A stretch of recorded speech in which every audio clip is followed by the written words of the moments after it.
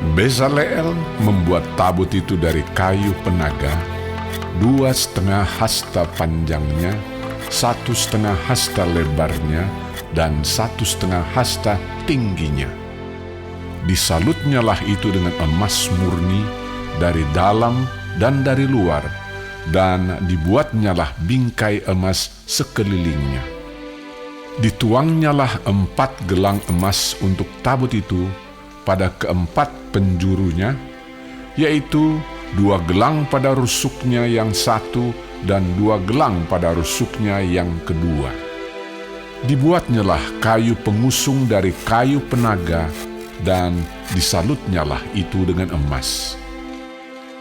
Dan dimasukannyalah kayu pengusung itu ke dalam gelang yang pada rusuk tabut itu, supaya tabut dapat diangkut.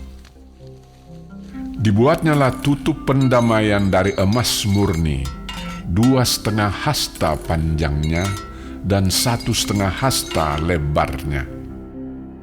Dibuatnyalah 2 kerup dari emas tempaan dibuatnya itu pada kedua ujung tutup pendamaian itu, 1 kerup pada ujung sebelah sini dan 1 kerup pada ujung sebelah sana. Seiras dengan tutup pendamaian itu, dibuatnya kerup itu pada kedua ujungnya.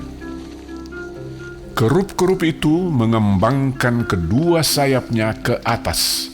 Sayap-sayapnya menudungi tutup pendamaian itu, dan mukanya menghadap kepada masing-masing. Kepada tutup pendamaian itulah menghadap muka kerup-kerup itu.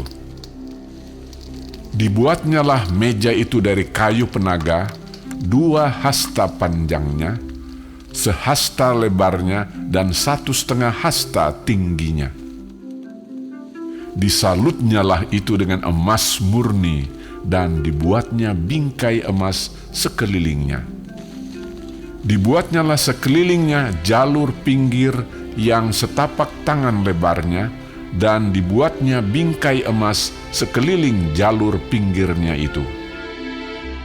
Dituangnyalah untuk meja itu 4 gelang emas, dan dipasangnyalah gelang-gelang itu di keempat penjurunya pada keempat kakinya.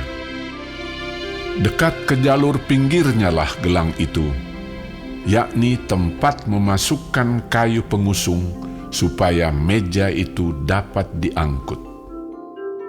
Dibuatnyalah kayu pengusung itu dari kayu penaga, dan disalutnya dengan emas, yaitu supaya meja itu dapat diangkut. Dan dibuatnyalah perkakas yang di atas meja itu, yakni pinggannya, cawannya, piala dan kendinya, yang dipakai untuk persembahan curahan, semuanya dari emas murni. Dibuatnyalah kandil itu dari emas murni. Dari emas tempaan dibuatnya kandil itu, baik kakinya, baik batangnya, kelopaknya, dengan tombolnya dan kembangnya, dibuat seiras dengan kandil itu. Ada 6 cabang timbul dari sisinya. 3 cabang kandil itu dari sisi yang satu, dan 3 cabang dari sisi yang lain.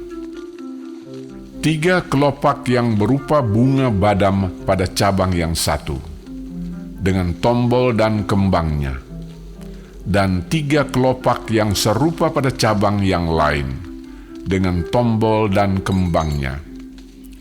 Demikian juga dibuat ke-6 cabang yang timbul dari kandil itu. Pada kandil itu sendiri ada 4 kelopak berupa bunga badam, dengan tombolnya dan kembangnya. Juga ada 1 tombol di bawah sepasang cabang yang pertama yang timbul dari kandil itu, dan 1 tombol di bawah yang kedua, dan 1 tombol di bawah yang ketiga. Demikianlah juga dibuat ke-6 cabang yang timbul dari situ.